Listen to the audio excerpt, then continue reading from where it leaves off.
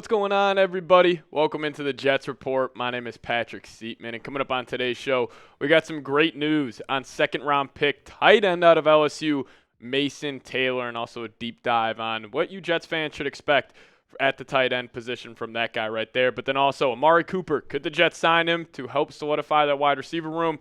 I got some thoughts on that. We'll break it all down on today's show. But before we do so, I just want to check in on who is all subscribed here to the channel. I will give a shout out in the comment section to everybody who is subscribed. So if you guys are subscribed to the Jets Report, type those me's down below. And if you guys aren't already, hit that subscribe button. Help us reach 6,000 subs here on YouTube. I'd really appreciate it. We're going to post a video every single day this offseason to the start of the regular season. So hit that subscribe button today. But if you are subbed, type those me's down below.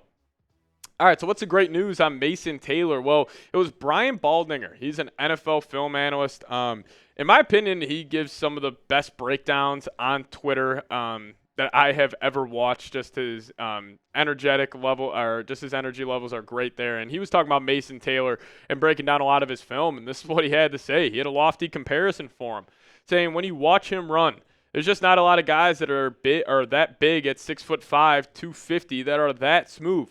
Look, the production of Travis Kelce is off the charts, but he looks like Travis Kelce running. So I immediately heard that quote from Baldy, and I was just like, all right, I'm going to go back and really dive more into this Mason Taylor tape. And the one thing I was watching, and not specifically in the 2024 season, but in the 2023 season, where Mason Taylor was super effective. So that was that LSU team with Jaden Daniels, Malik Neighbors, Brian Thomas. They ran a lot of this RPO look, whereas Jaden, he's making the decision with the running back, but then it'll be Mason Taylor kind of leaking out into the flat. And so many times, especially on these 3rd and 2, 4th and 2 situations, he would just pull it, quickly get it out to Mason Taylor, and then a run that should have went for about 5 yards, Taylor would just turn that into a 15, 20-yard pickup. And that's why I also think he will be Justin Fields' safety net. Very similar to how he was for Jaden Daniels, where you do have a dual-threat quarterback. You're going to see a lot of read option in their game, and then you want that safety net, that safety blanket at the tight end spot,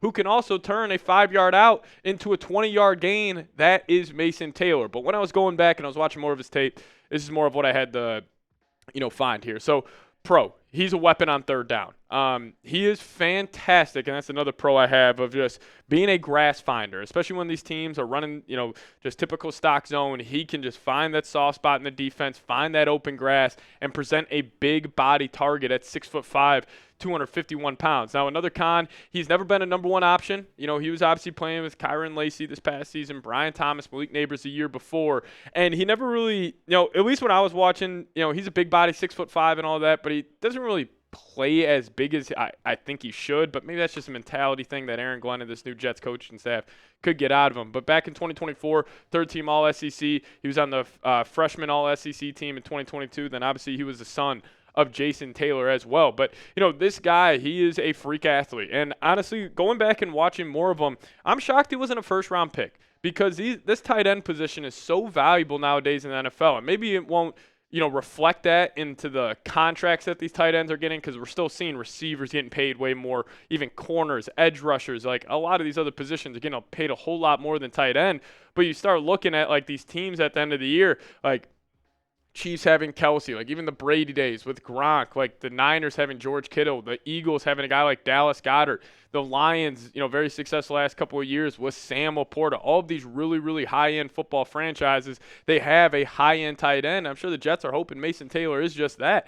But he did run his 40-yard dash at his pro day, came out to 4.68, which is pretty good considering he's a 6'5", 251-pound tight end. Had a really good 3-cone drill, struggled in the shuttle, but his RES score overall pretty solid at 8.87. And, the production, I think it leaves a lot to be desired if you're just like looking at the raw stats. Like if you're just like, all right, I'm going to go look up how productive Mason Taylor was at LSU, a very high-powered offense. The numbers aren't going to blow you away, but it's more of the eye test with him and what he could potentially be. And yes, 2 touchdowns this past year. You don't love it. You would want more in terms of this, all of those statistical categories, receptions, yards, touchdowns. But I just think with the eye test with him and how smooth and fluid he is running these routes, like that will translate to the next level. But also Bleacher Report was writing up a scouting report on Taylor, and I loved what they had to say, saying Taylor is a fluid mover and route runner. he wastes little movement, changing directions and breaking away from his defender. His route tempo has a veteran-savvy feel. Based on the route concept, Taylor doesn't foreshadow where he's designed to go. Instead, he uses club and swipe maneuvers to block down defenders' hands to avoid being rerouted mid-stem. And that's a huge thing because he is going to be challenged at the NFL level. Whether it's a linebacker on him or a nickel corner, they're going to try to use their hands, get up underneath him since he is a big body. But seeing him kind of just swipe away in the first 5 yards, create that extra space, and get to where he wants to go. And that's also such a huge thing. I never once saw on tape where it's like, okay, this corner caused him to do something else where he had to, change his plan of direction. That's not the case with Mason Taylor. If he wants to get to a spot, he will get to that spot. And also, he's a Jets fan. I don't know why he's a Jets fan, considering Jason played, I think it was 10, 11 years with the Dolphins, 1 year with the Jets. But you guys see right here, shout out to producer Dylan, pointed that out. Happy 7th birthday. So this is when he was 7 years old, back when Taylor played with the Jets in 2010. So maybe he was falling in love with the game of football, and he was like, no, screw it. I'm going to rock out with the Jets. But he was rocking the green mohawk. I'll tell you what, if the Jets go on a playoff run and we're doing watch parties here, I may have to replicate that on the show. Get the green mohawk going. He looks sick. Or maybe at least just do the face paint that Taylor was rocking. But even here, more of the green mohawk. I think it looks fresh. I'll say this. Jets fans, you should start a petition on Twitter or here on YouTube, wherever it may be on social media, and have a petition for Mason Taylor. Game 1, week 1, rock the green mohawk. The vibes would be immaculate. But this guy, NFL pedigree coming from his dad and his uncle, who is also a Hall of Famer as well. So I'm a massive fan of this pickup. So if you guys want to show him some love, type his, I think, jersey number down below. Nothing is confirmed just yet. This may be what he's rocking, but I would prefer him to be in the 80s. But this was also the draft pick he was selected at. So type those 42s to show Mason Taylor some love down below in the comments section. All right, let's talk about more New York Jets offense here. We're going to talk about them signing Amari Cooper, veteran wide receiver. I got a lot of thoughts on this.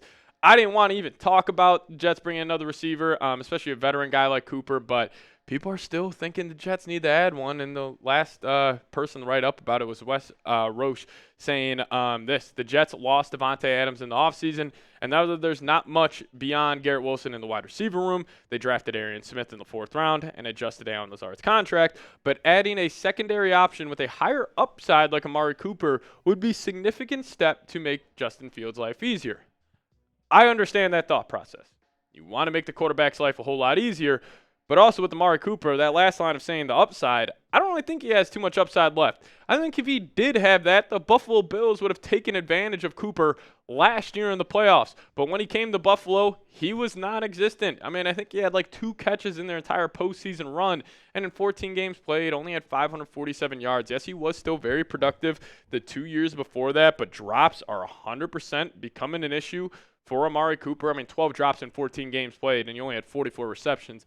You're not trending in the right direction there, but he's still one of the best route runners in the league, has one of the best release games in the NFL. But honestly, if you're just looking at the Jets, depth chart here, yeah, you could slot him in right now as a wide receiver too and just move everybody down. And this isn't even including Arian Smith on the graphic. But listen, the Jets have a bunch of these young guys like a Corley, and I know Tyler Johnson is, he's played in the league a couple years, but he's still a young guy. Like Josh Reynolds, I would rather see a guy like Corley and Arian Smith get these reps instead of signing Amari Cooper. So I'm out on signing Amari Cooper. I understand he would make the football team better heading in the next year.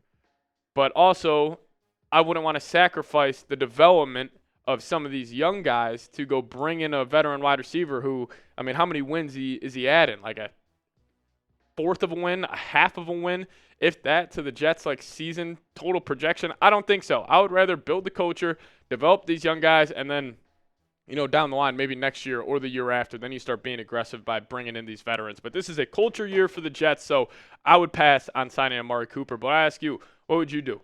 If you're a new GM, Darren Muji, would you sign Amari Cooper? Give me an S for sign or a P for pass, and hit that subscribe button on the way out. See you guys next time. As always, go Jets.